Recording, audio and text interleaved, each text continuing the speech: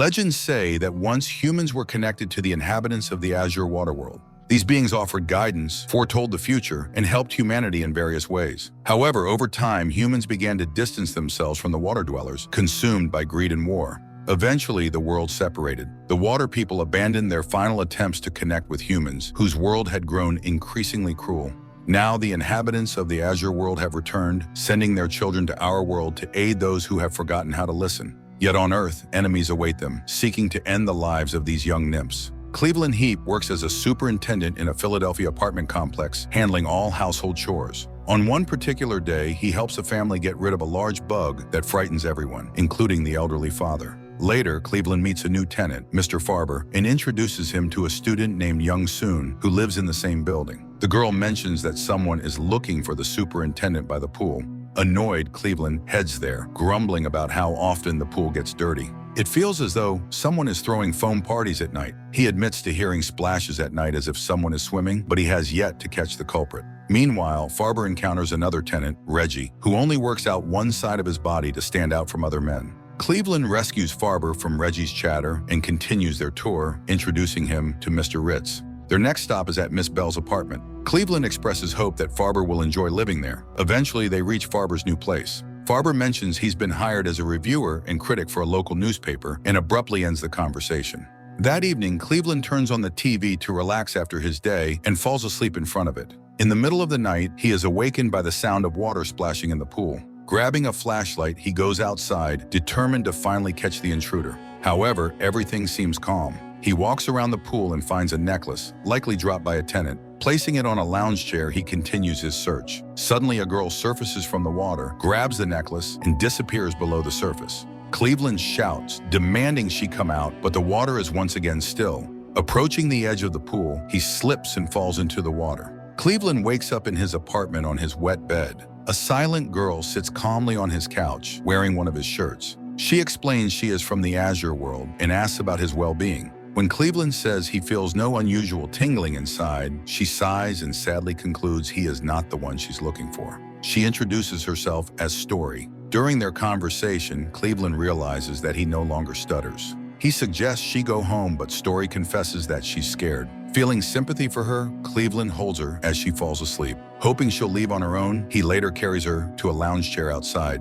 In her sleep, she calls herself a nymph, but the word means nothing to Cleveland. As he sets her down, a hidden threat sends chills down his spine. Growls emerge from the bushes. Taking a few steps toward the pool, Cleveland hears Story scream, startling him. He sees a creature lurking in the grass and runs back to the apartment, sensing something terrifying chasing them. In the morning, Cleveland describes the creature to a police officer as resembling a wolf with matted fur, but green in color. The officer promises to investigate. Meanwhile, Story discovers the shower in Cleveland's apartment. Cleveland asks Young Soon to find him a book about nymphs. She recalls their creatures from Eastern folklore and takes him to her mother. Her mother explains that her grandmother once spoke of nymphs, oceanic beings. In her grandmother's tale, only a chosen one, a mediator, could see a nymph. When they did, something would awaken inside them. The nymph would then be taken by a giant eagle back to the Azure world. Later, Story reveals she needs to meet a writer whose name, gender, or appearance she doesn't know, but who is working on something very important.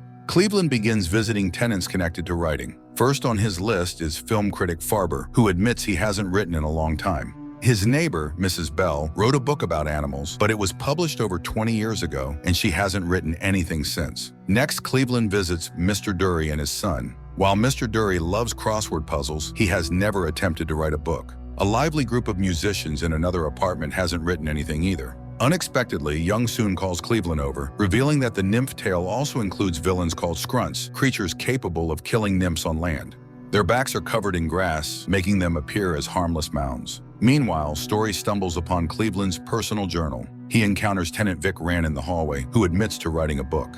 Vic's sister Anna teases him for constantly finding excuses to delay his work. Cleveland goes to Vic and Anna's apartment under the guise of fixing the lights. While completing the repair, he immediately notices sheets of paper lying on the table. However, the title puzzles him. It's a cookbook. Vic admits that the book actually contains his views on societal issues, like governance and other related matters. Despite this, he doubts it will ever be published. Later, Cleveland finds Story upset after reading his journal, having learned about the tragedy in his life. Years ago, while Cleveland was away, a burglar broke into his home and killed his wife and children.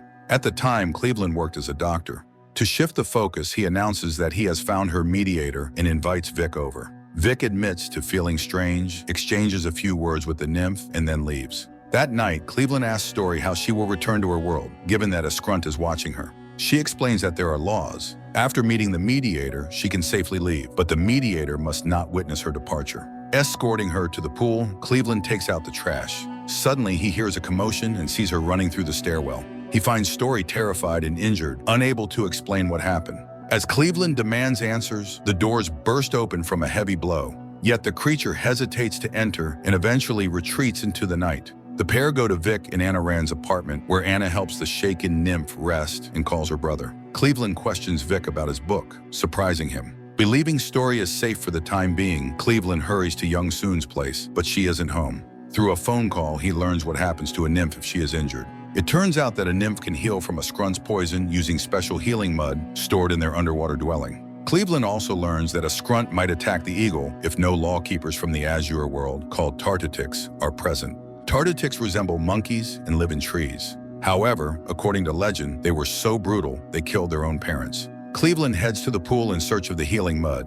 Removing the pool's drain covers, he discovers an underwater passage and swims through it. He enters an underwater cave lined with shelves holding jars and items lost by swimmers. However, the healing mud is nowhere to be found. Spotting a door, Cleveland tries to open it, but the handle breaks off in his hand.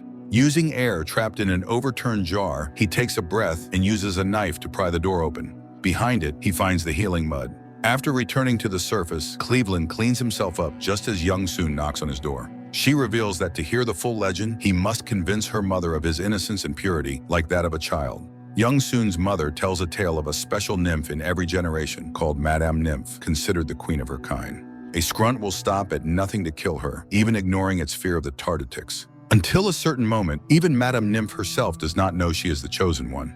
With the healing mud in hand, Cleveland saves Story's life once more. She thanks him but says she cannot reveal much about the Azure world. Instead, she explains why the Skrunt broke the law. Later, Vic Rand visits Story and admits that after their encounter, his thoughts became clearer. His fears disappeared and his inner voice sharpened. He wants to know his future.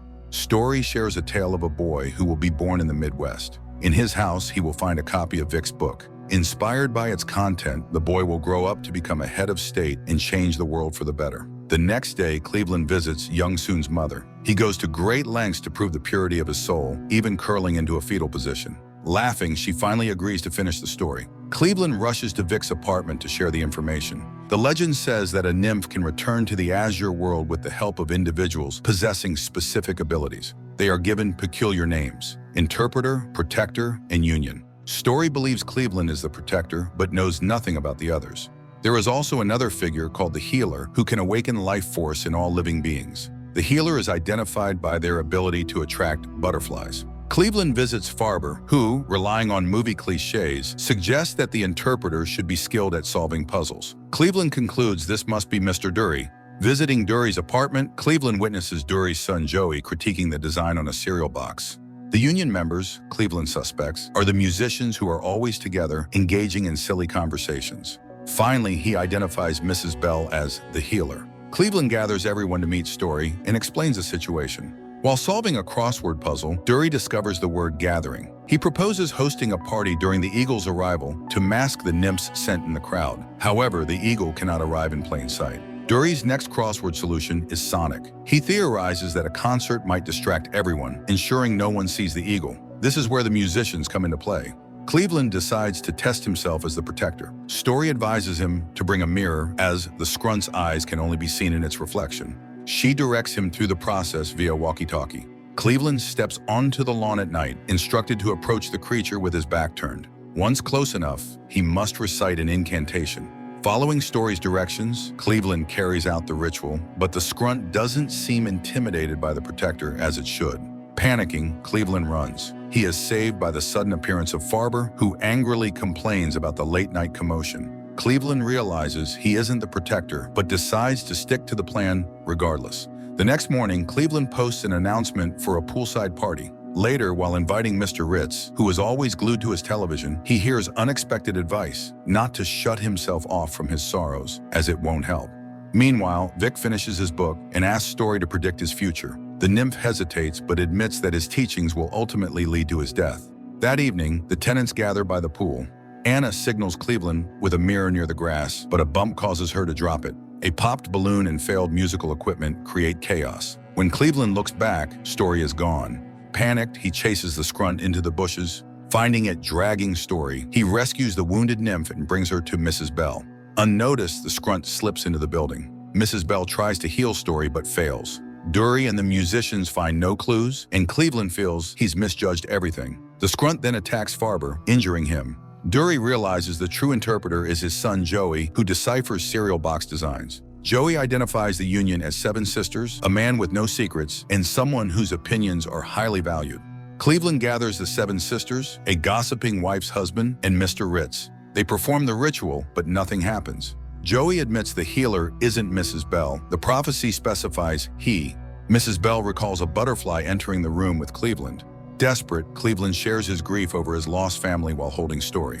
His heartfelt confession miraculously heals her wounds. Story regains consciousness and predicts Vic will see his sister have 7 children and live to meet the first 2. As Story prepares to leave, the scrunt attacks. Reggie, the tenant with uneven muscles, steps in as the true protector. His piercing gaze forces the creature to retreat. A giant eagle's cry momentarily distracts him, allowing the scrunt to leap. However, a Tartutic appears, seizing the creature and dragging it away. Story thanks Cleveland for helping her heal, and he expresses gratitude for his own emotional restoration. The eagle carries Story into the night sky as the tenants watch in silence. A peculiar fairy tale from an unusual director, too simplistic for adults, too frightening for children. Yet it features stunning visuals, nuanced characters, and a fitting soundtrack.